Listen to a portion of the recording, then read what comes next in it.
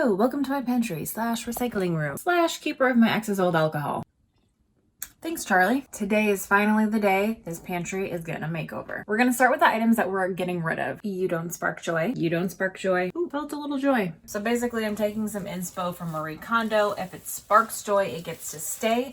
If it doesn't, it either goes in the Goodwill bag or the garbage bag. Sorry, Dell. 2009 called and wants its laptop back. Now that we've rid this pantry of all the unwanted things, we are going to cleanse it with some burning sage. I want your pantry smelling like a yoga studio, minus the sweaty feet. There is a very specific technique in yoga to fill your room with sage scents, and that is called the helicopter technique. It goes like this. North Carolina, come on, raise up, take your shirt off, twist around your head like a helicopter, or something like that. All right, as you can see, I freed up a lot of space, which is awesome because there are a lot of things that are crowded in the main part of my kitchen that I would love to bring in here. Crockpot, good news, it's time to breathe again. Welcome to Pantry Yoga. Namaste. So I just got back from the dollar store. Turns out they don't sell as many containers as I thought, so I had to get creative. I'm going to turn vases and planters into containers. This tutorial's going great. Hello, welcome to your new home. Your job is to hold my toilet paper. If you do a great job, you may be promoted to holding my tequila. So the key to my professional amateur strategy is categorization, so I can find what I'm needing very clearly because it's all together. So instead of my pantry being full of clutter, it's now full of organized clutter. If you really want some organization tips, go follow Marie Kondo. But if you simply want to find your box wine and whiskey real fast,